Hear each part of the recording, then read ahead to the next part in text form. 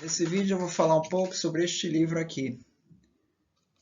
Marca Tridimensional e Desenho Industrial, lançado aí pela Cláudia Lopes Tolentino, examinadora do INPI, e vai estar discutindo as questões que envolvem essa dupla proteção entre marca tridimensional e desenho industrial. Quando é que entra uma, quando é que entra outra, quais são os limites de proteção.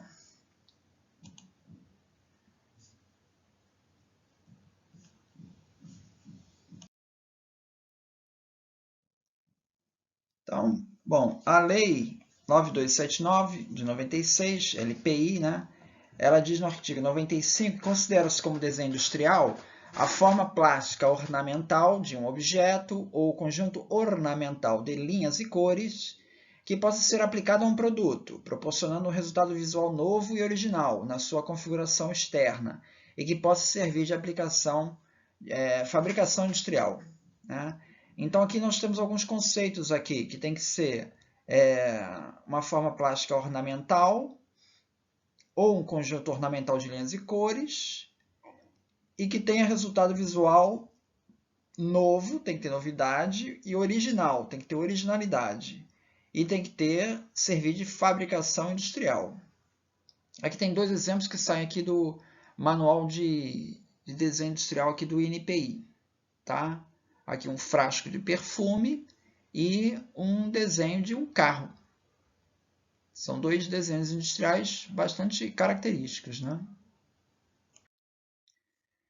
Bom, forma de produto mesmo distintiva, mas que não pode ser protegida por desenho industrial. Aqui ele dá um exemplo dessa patente. Ó. Aí já é uma patente, é uma forma tridimensional de um aparelho aqui, de um prendedor para objetos, prendedor de objetos, mas como ele tem uma característica que é essencialmente funcional, isso já sai do desenho industrial. Isso já seria mais ou para patente de invenção ou para modelo de utilidade. Aí é uma questão ali mas é uma patente, não é mais um desenho industrial, que quando tem que ter essa característica ornamental, né?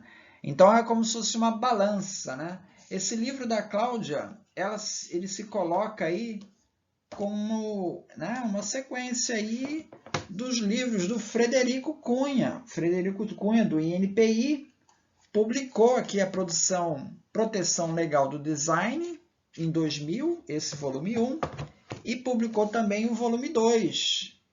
Foi examinador, chefe de divisão de desenho industrial do INPI por muito tempo. O volume 2 foi publicado em 2002, logo em seguida. Então, esses dois livros, o livro da Cláudia, né, ele vem aí também mais um examinador do INPI fazendo um livro e deixando seu registro do exame. Então, o livro do Frederico Cunha destaca muito isso, a questão do objeto ser essencialmente por características funcionais, vamos para a patente. Se o objeto essencialmente a características ornamentais, vamos para desenho industrial. Então, a Cláudia está confirmando isso e dando exemplo aqui de uma que foi funcional, que foi para patente. Obras de arte não são registráveis, né? O artigo 98 diz que não se considera desenho industrial qualquer obra de caráter puramente artístico. Por quê? Porque não serve para fabricação industrial. Lembrando que o conceito de fabricação industrial não é exatamente o de aplicação industrial de uma patente, né? Quando a lei usa termos diferentes, é porque os termos não são exatamente iguais, apesar de ser parecido, mas não é exatamente igual. Então, a proibição contida no artigo 98 da LPI, de certa forma, se contrapõe ao requisito tipo para a fabricação industrial, separando as criações autorais que se caracterizam pela estética e pela fruição. É o caso de uma tela, aí, de uma obra de arte, né? Que aqui é uma tela do Dürer, que ela citou no livro, né?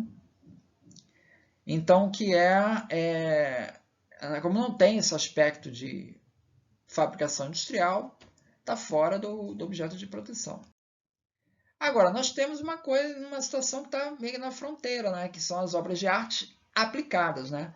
Ela diz assim, no Brasil a criação artística nasce protegida por direito de autor e se aplicada a um produto pode vir a obter proteção por desenho industrial. Então, o importante não é separar o artístico do industrial, mas reconhecer a proteção correta, pois a mera sobreposição de diversos tipos de proteção sobre uma única forma pode gerar efeitos anticoncorrenciais. Então, ela chama essa atenção, mas dá o exemplo aí do Saleiro de Cellini, que é uma obra de arte. É uma obra de arte aplicada, protegida aí por direito autoral, mas que se tiver uma aplicação, uso para fabricação industrial, né, isso poderia dar um desenho industrial.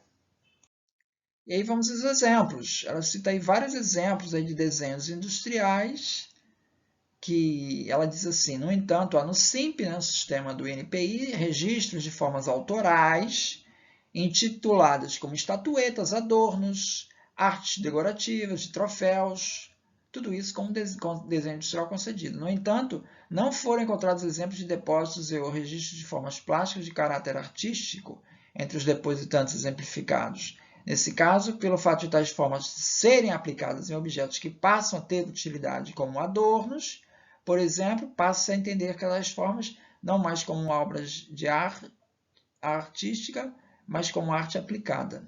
Tá? Então, é possível, mas já não é mais uma obra de arte não registrável, né, pela LPI. Vamos então entrar em marcas, que no artigo 122 diz que são suscetíveis de registro como marca os sinais distintivos, tem que ser uma distinção em relação à concorrência, visualmente perceptíveis e não compreendidos nas proposições legais. Então, veja, aí entra essa questão de tem que ser distintivo. Então, veja, todos, na verdade, tem que ser diferentes, né? A patente tem que ser diferente do que existe no estado da técnica. O desenho industrial tem que ter originalidade.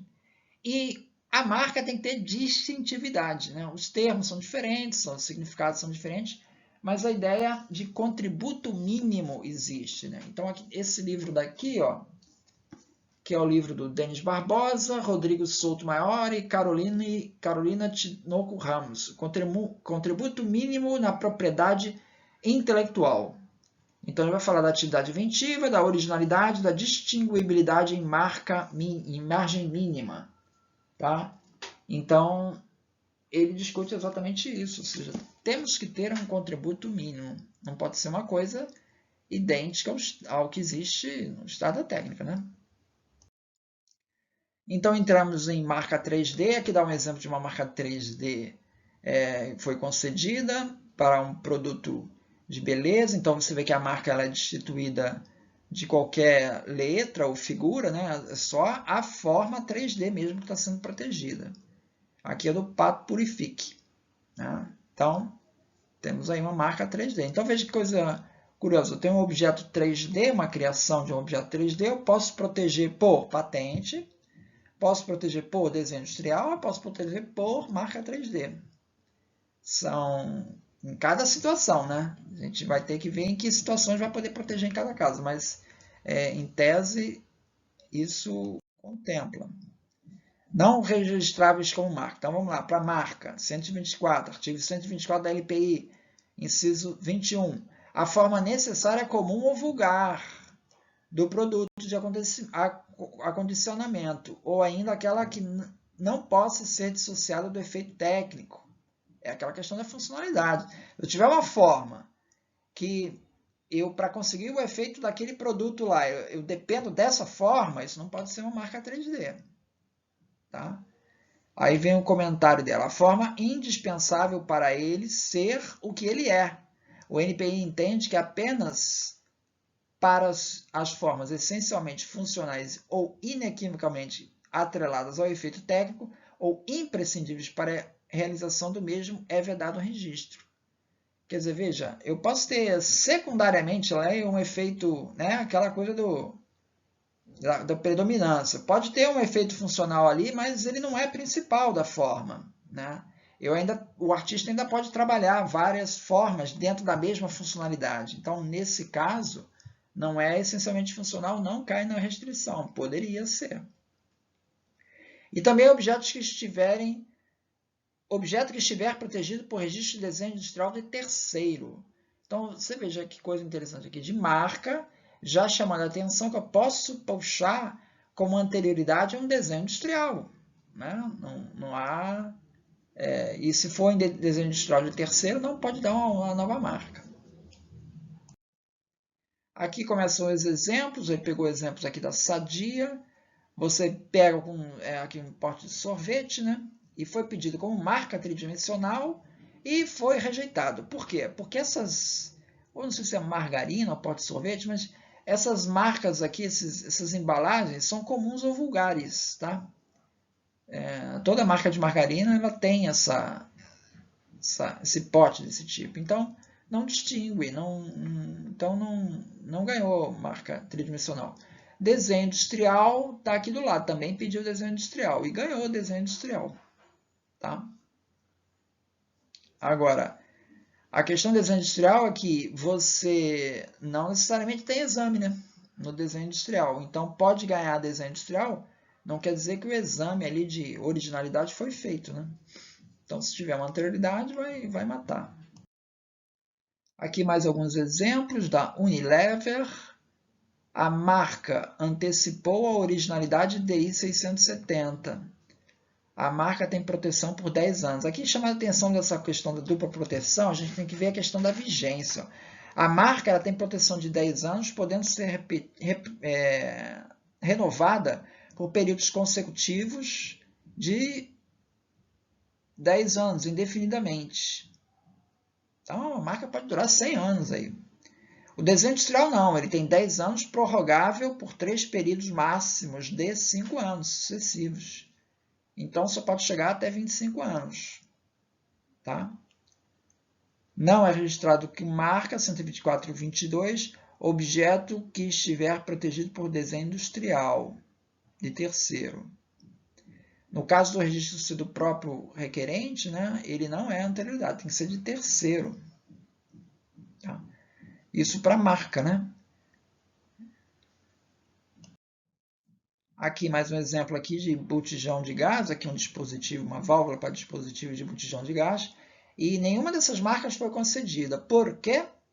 Porque foi considerado forma necessária e comumente empregada para o condicionamento de gás, além de não poder ser dissociado do efeito técnico. Se eu mudar a fórmula dessa válvula aqui, o gás não fecha. Então, é funcional, essencialmente funcional, não ganhou marca. Aqui mais alguns exemplos da Ultragaz, de desenhos industriais agora. Tá? Desenhos industriais, eles incidiram no inciso 2 do artigo 100, pois são formas técnicas e ou funcionais também. Configuração aplicada a dispositivos de limpeza de laboratório, né, para botar no banheiro, né? Suporte de plástico para pedra desodorante sanitária. Temos aqui o desenho industrial e temos a marca. A marca foi depositada posteriormente ao desenho industrial. O desenho industrial está aqui de 2001 e a marca foi depositada em 2002.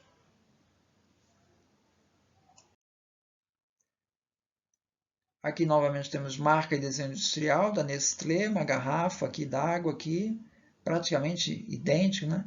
Não obstante a marca detalhar a rosca do gargalo comum à embalagem do tipo, o todo não resulta de efeito técnico, assim como não é necessário para a finalidade que se destina, aportar líquidos. Logo, não incide. Então, você veja que essa marca, a rosca, tem ali uma finalidade, mas é secundário, tá? Não é o que determina o conjunto todo aqui da figura tridimensional. Então, isso não foi impeditivo para se conceder a marca. Marcas rejeitadas por infringir no artigo 21, inciso 21 do artigo 124, por serem comuns ou vulgares.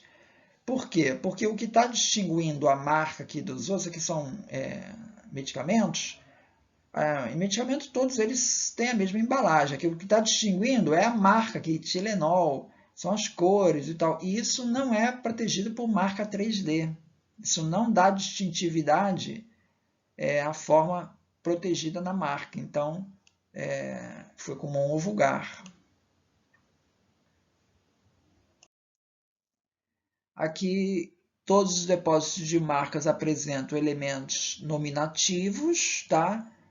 E figurativos que são irrelevantes para o exame de distintividade na marca.